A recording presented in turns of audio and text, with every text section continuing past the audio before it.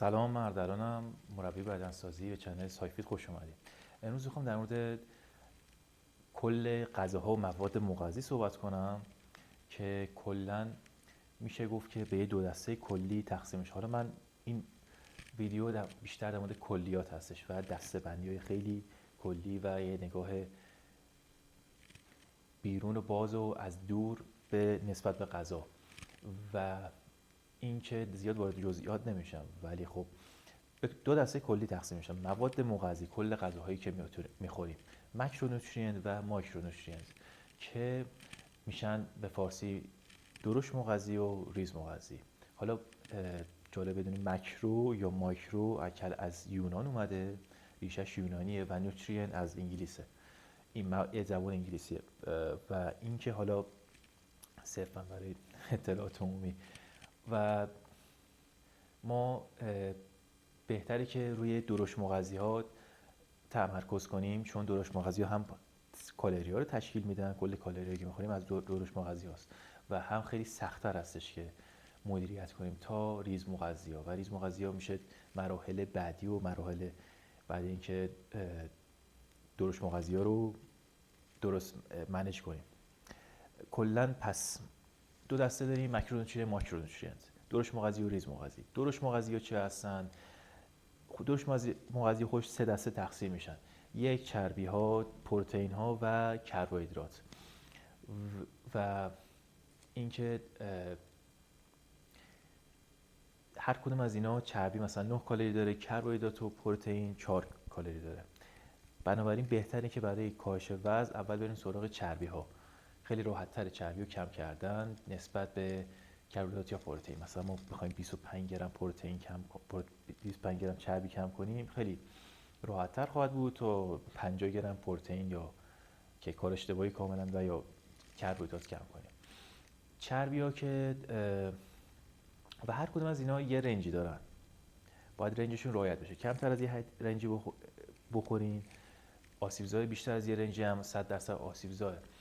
مثلا خود همین چربی ها که خیلی به نظر بد میاد، اگه کمتر از یه حدی بخورین، یک هورمونات خوب، بعضی از هورمونات خوب ترشح نمیشن و این باعث میشه مثلا مود عوض بشه، خواب مشکل دار بشه و مشکلات دیگه وجود داشته و خیلی از بعضی از ویتامین ها، حالا بهش میرسم، که حلال در چربی هستن نمیتونن توی بدن استفاده بشن. یعنی ممکنه شما همون ویتامین رو بخورین، به اندازه روزتون هم بخورین، ولی چون چربی کافی نمیخورین، این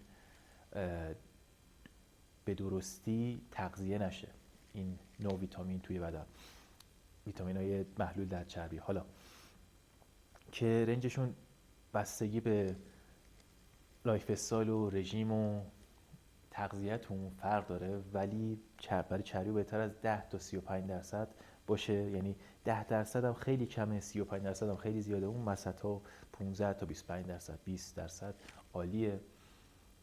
و برای کربوهیدرات 25% تا 65%، هم کمش 25%ش خیلی مشکل زای و خوب نیست، هم 65%ش خیلی زیاده، میتونه خیلی کمتر باشه، اون وسط‌ها که بهترینه.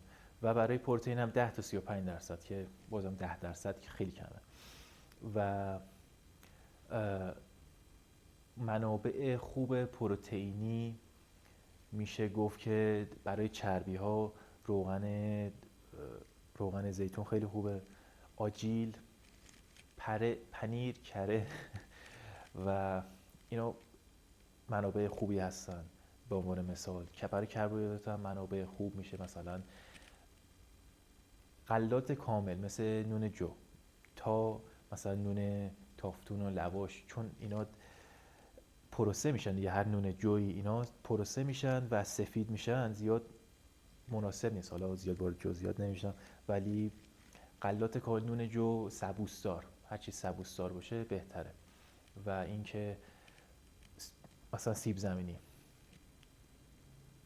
منابع خوب پروتئینی هم میشن بیشترشون از منابع حیوانی هستن و مرغ، سینه مرغ، حالا سینه مرغ بهترینه و گوشت خوبه و ماهی هم عالیه.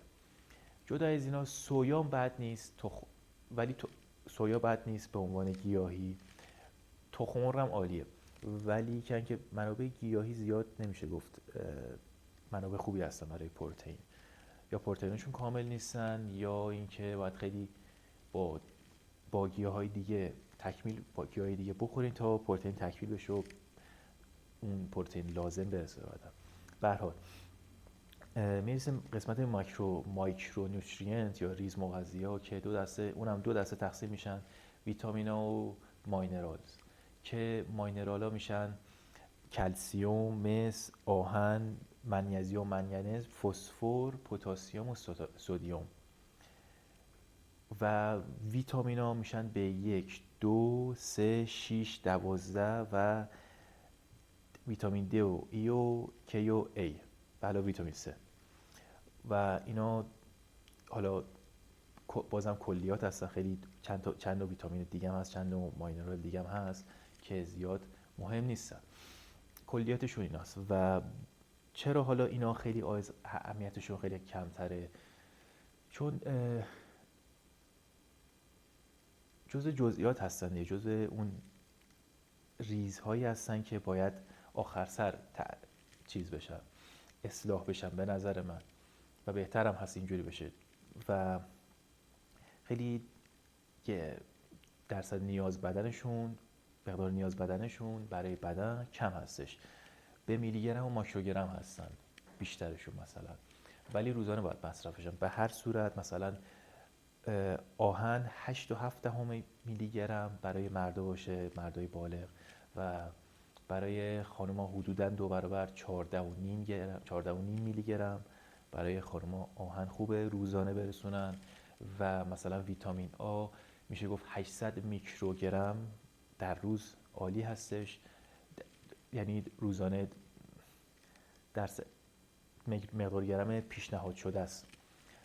و اینکه میشه مثلا با 1 کاپ یه لیوان مثلا هویج این ویتامین رو رسون در بدن.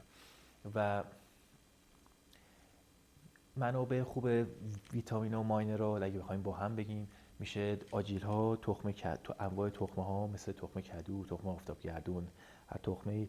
و تخم مرغ خیلی خوبه، هم ویتامین خوبی داره، هم بعضی از ماینرال داره. کلا تخم مرغ خیلی منبع غذایی خیلی خوبی هستش، مخصوصا سفیده تخم مرغ. حالا زرده تخم مرغ نباید زیاد خورده بشه چون کلسترول میره بالا. به هر حال تخمه ها، آجیل، جو و تخم مرغ و سبزیجات و میوه ها، اگه اینا رو بتونیم هی برسونیم به بدن روزانه، مثلا 1-2 تا میوه برسونیم، یه مشت سبزی مثلا هر روز برسونیم، و حالا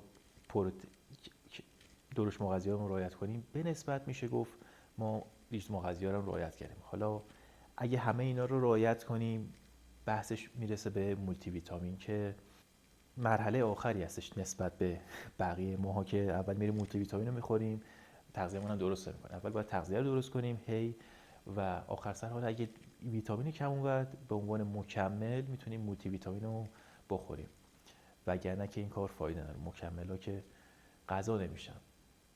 و همین، ممنون از تماشا. اگه سوالی هم داشتین تو کامنت ها در خدمت هستم.